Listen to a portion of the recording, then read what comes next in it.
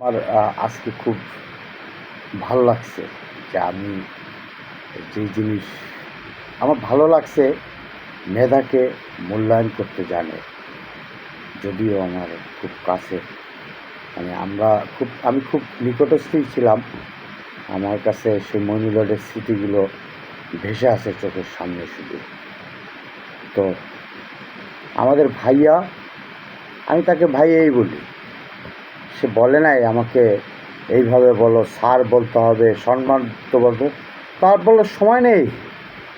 কাজ করতে হলে তো মানুষের সাথে যে বিষয়ে দক্ষ আছে তাকে সামনে নিয়ে আসতে হবে। হতে পারে সে একজন কৃষক, আমি কৃষককেই নিয়ে আসতে হবে।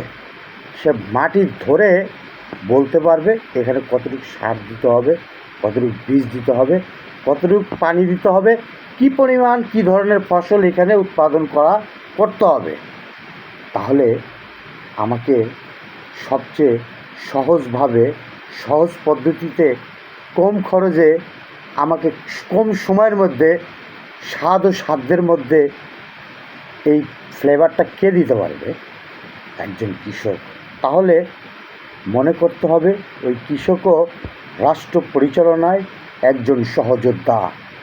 অর্থাৎ আমাদের তারেক রহমান সাহেব আমাদের ভাইয়ার সহযোদ্ধা, একজন কৃষক, একজন শ্রমিক, একজন মাঠ পর্যায়ে, অর্থাৎ in the ground relevant, the skill of the ground level.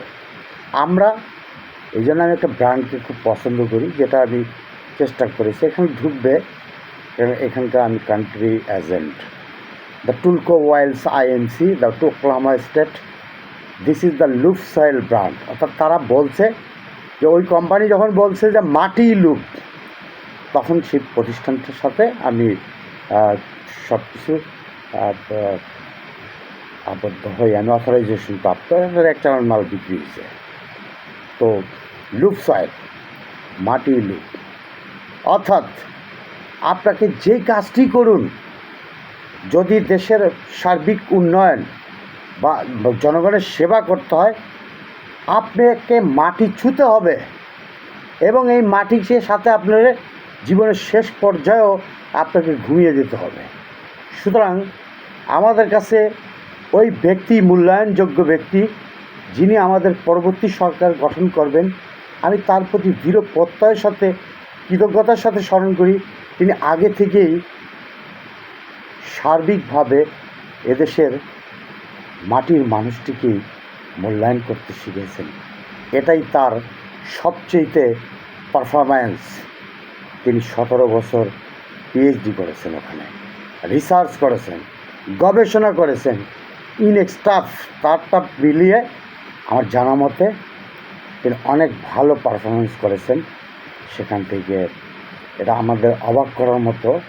আমাদের দৃঢ় বিশ্বাস ছিল যে ভাইয়া এই 17 বছর সময়টিকে সে নষ্ট করেনি। জেরুম জালিমিয়াতরা যতবারই চেষ্টা করুক না কেন, মেধাবীকে যেই প্রান্তে আপনি চাঁদে নিয়ে আটকে রাখলে ওইখানে বসে কাজ করবে, সেখান থেকেই সে ভালো কিছু তৈরি করে দেখাবে। তার জন্য সেখানে সে সেটাকে মনে কিছু করবে না। কষ্ট কি তার ভিতরে লাগে না?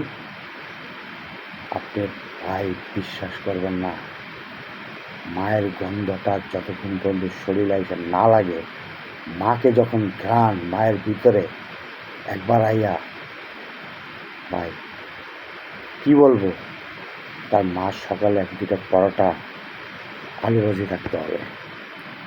এই 2টা পরোটা 2 সন্তানের ভাইয়ারকে সকালে 2টা পরোটা মাই দিত, মা ভেজে দিত নিজের হাতে, অনেকে না। মা ঠিকই, তার মা সকালে উঠে যেত, আন্টি সকালে উঠে যেত। সেই হিসেবে আপনি বিশ্বাস করেন না, তার আপনারা যদি খুব বেশি যারা ডিপে আছেন তারা একটু দেখেন, প্রতিদিন তার বালিশটা ভিজে যায় ভাই, ওইখানেও ভিজত, এখানেও ভিজত। আমি আমার মতো মানুষকে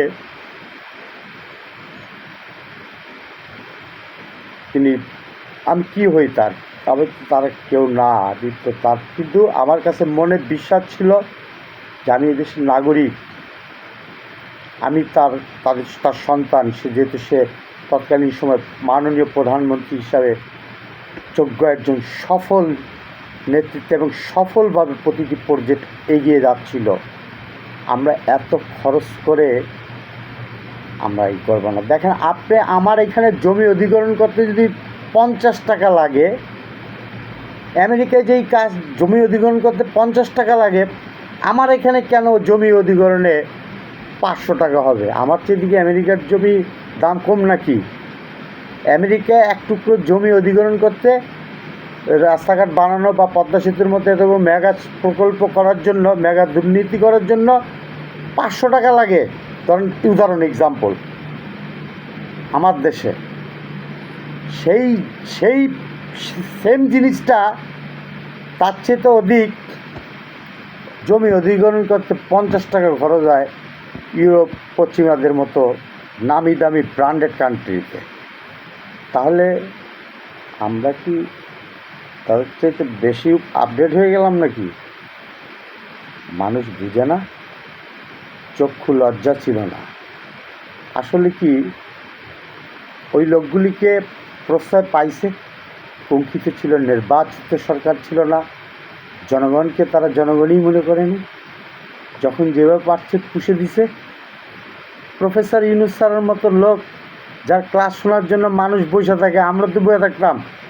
আমি তো প্রথম বুঝি নাই, আমার লগে লগে আমি থাকতাম যে স্যার তো আমার কাছে তো ওইরকম না, আমাকে তো শোভেন দিয়ে দিচ্ছে।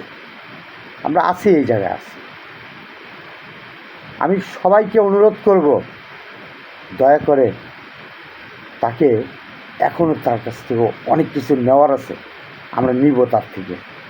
আমাদের পরবর্তী সরকার প্রধান তারা বুঝতে পারবে, তার থেকে নিতে হবে আমার দেশের সন্তান সে।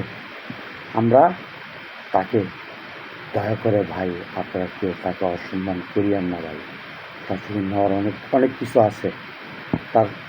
সে আপনারা এখন না, তারা পরে দেখতে পাবেন, সে তার জীবনে একটা চোখ মনে করে সবাইকে, তার সন্তানকেও যেভাবে দেখতেছে, আমাদেরকে ওইভাবে দেখে। এর দেশের দায়িত্ব নেওয়ার পক্ষে সে ঘুমাইতে পারে না, সে চেয়েছে ঘুমায়, যেটা তাকে এই ধরনের মানুষদেরকে আল্লাহ অলৌকিকভাবে ধান হিসেবে আল্লাহর দৃষ্টি থেকে বাঁচিয়ে রাখে। আমি আল্লাহকে সব সময় স্মরণ করি, অন্তত নামাজ পুরোপুরি না পড়লেও 5 ওয়াক্ত নামাজের আজানের ধ্বনি একটি মানুষের স্বাচ্ছন্দ্যবোধ জীবনযাপনের জন্য রিং বেল। তুই 5 ওয়াক্ত আজানের ধ্বনি শুনো না, তাহলেই একটা কিছু বেরিয়ে আসবে। এরপরে আস্তে আস্তে ধীরে ধীরে, আমার ভাই কিন্তু বলে নাই আমি একবারে করব, ধীরে ধীরে হলো একটা প্ল্যাটফর্মের ডিজাইন, একটা work are the management design of the work, design তৈরি করতে হবে।